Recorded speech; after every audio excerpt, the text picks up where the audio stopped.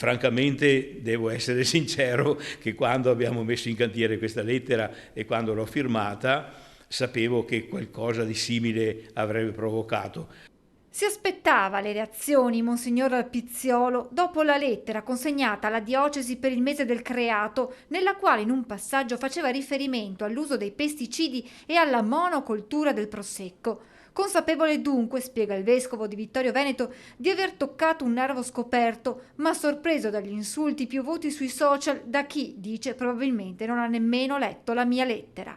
La scompostezza nasce da quell'incattivimento della nostra società. Sentiamo forte nel nostro territorio il richiamo al rispetto dell'ambiente e della salute delle persone, spesso minacciati dall'abuso dei cosiddetti pesticidi, come pure sento urgente richiamare l'attenzione sul tema della preservazione della biodiversità in un'area in cui la monocultura rappresenta un limite di cui tenere conto. È un passaggio della lettera del vescovo che chiarisce. Assolutamente no a dire guai a chi coltiva il prosecco, no, assolutamente no, ognuno ha il diritto di coltivarlo. Il problema è quello di osservare le regole e di mantenere la misura giusta anche in queste cose.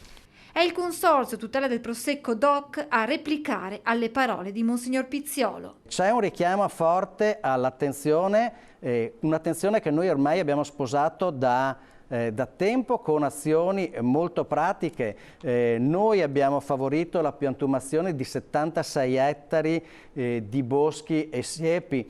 Noi per primi in Italia avevamo cercato di introdurre una limitazione all'uso di alcune sostanze chimiche e noi stiamo portando avanti dei progetti che ci consentiranno in qualche modo di autoregolare il nostro sistema produttivo. Il Prosecco oggi è un'opportunità e vuole essere sempre più un'opportunità per il territorio e quindi c'è realmente lo spazio per tutti.